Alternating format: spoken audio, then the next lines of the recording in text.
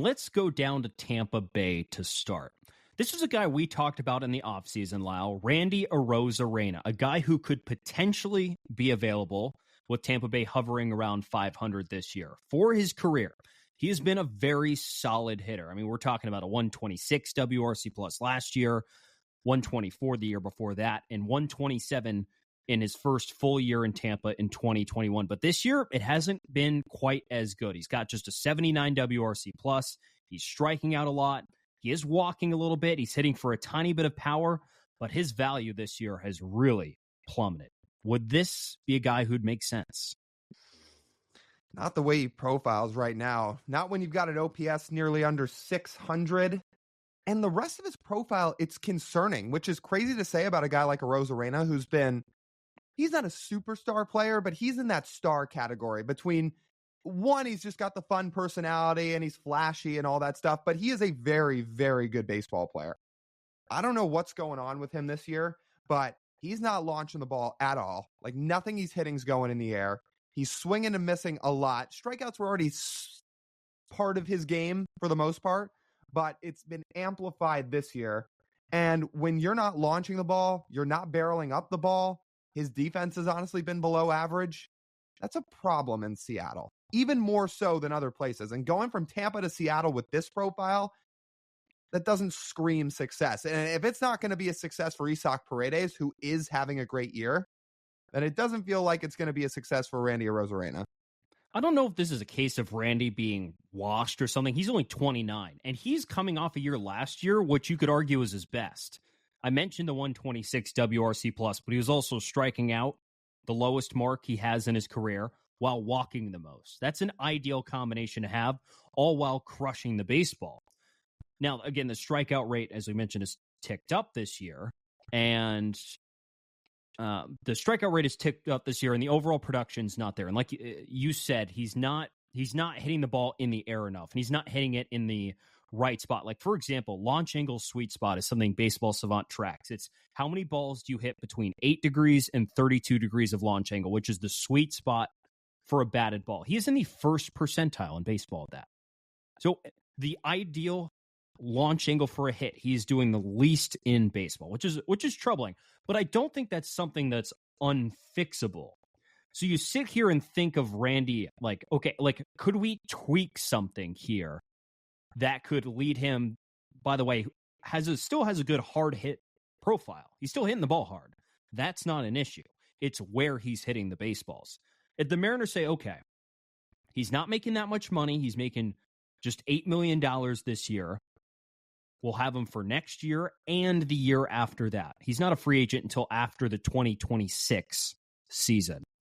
If we think we could acquire 2.5 years of a 29-year-old Randy Arozarena, we do one tweak here, one tweak there to his swing.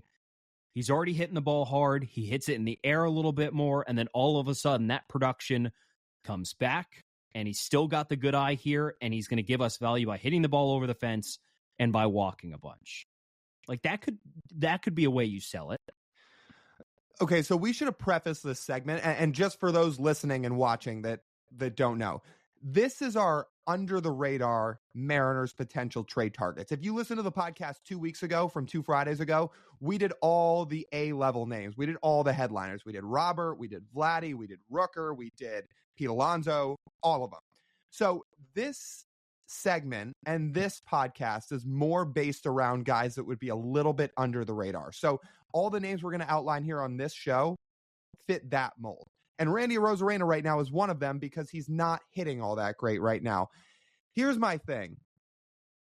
If you had asked me 3 months ago, I would have said absolutely trade for Randy Arozarena. We said it in the offseason. You can only trade for so many guys. It's been very clear the Mariners not only need an immediate boost in offensive production, but need to get to the playoffs this year. They need to make something happen this year. And trying to toy around with a mid-season project with a guy that's way below average as a hitter right now, isn't hitting for a ton of power, isn't launching the ball, isn't playing great defense. I don't know. All of a sudden, I've got cold feet about this, paired with, I'm sure the Rays would still try to ask for a decent amount back for him. But if the price is lower and he's the second bat you acquire, is that the worst thing? Oh, if he's the second bat, sure. And if it's going to cost you somebody that's outside of your gold standard prospects, what I mean is that first wave. And who do you want to qualify in that first wave? Colt, Cole Young, Harry, Laz, Felny, Barmello. I'll throw Ty Pete in there too. Like if it's somebody past those guys, sure. But if it's going to be what Randy Arozarena would have costed a couple months ago, and you have to try to fix a guy mid-season, then I've got cold feet. Yeah. I think the way we preface this list of trade targets is most of these guys, if not all of them, would be the second guy you acquire. If the Mariners are going all out at the deadline to improve the offense, this is the second guy you're getting for this. There's, I think, one guy in this list who we think would be a potential number one, but the rest of this would be a number two. And I think Randy, at a cheaper price, the Rays, I feel like, don't have as much leverage as we would think because we know they don't like paying arbitration salaries, and his is going to go up again and again. He's got, again, 2 more times his salary is going to raise as a Tampa Bay Ray. And you and I both know they don't want to pay that, right? No, not they if don't. Randy's going to, not if they don't know what's wrong with Randy. Sure. All right. So with that scenario painted, more open-minded, yes. If it's going to actually cost you a high-level prospect, then I've got cold feet. So, and if this is going to be the second bat you acquire. If the Mariners were to acquire 2 outfield bats or a first baseman and an outfielder, for example, I'm not saying any of these are going to happen, but if they were to acquire Luis Robert and Arozarena, or I guess for our sake, because we've talked about Rooker a little more since we have, concerns with Robert's health, if it was going to be Rooker and Arozarena, sure, then Arozarena is not the headliner all of a sudden. I'd be open to that. If he's the headliner and the Rays are trying to ask for top level prospects, no way. Yeah, that's fair. Yeah, that's fair. But nobody is perfect here. No. And if Randy was doing what he did last year, he would have been in our episode 2 weeks ago. Sure, and Yandy Diaz would too, who's not on this list because Ty France is starting to hit, and we've outlined some other guys in that first base DH mold. But same thing, if Yandy Diaz was hitting the way he was supposed to be hitting, he'd be on the list 2 weeks ago.